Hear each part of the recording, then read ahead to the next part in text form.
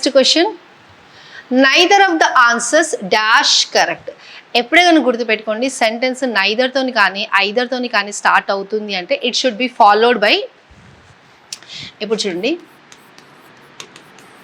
Neither తోని కానీ either తోని కానీ సెంటెన్స్ స్టార్ట్ అవుతుంది అంటే it should be followed by singular verb. Singular verb.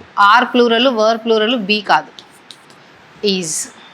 Next question, each of the girls has dash own book. ఒక point గుర్తుపెట్టుకోండి, ఇక్కడ ఈచ్ తోని సెంటెన్స్ స్టార్ట్ అయింది అంటే దీనికి పొసెషను అండ్ వర్బ్ రెండు మనము సింగులర్గానే తీసుకోవాలి. ఇక్కడ చూడండి, each of the girls. Madam girls plural కదా, ఎస్ గర్ల్స్ ఇంతమంది ఉన్నారు, ఇందులో ఈచ్ ఆఫ్ ద గర్ల్, ఒక్కొక్క గర్ల్ అంటే ఇంతమంది ఉన్నారు, అందరినీ ఈచ్ ఒక్కొక్క గర్ల్ కోసం మాట్లాడుతున్నాం.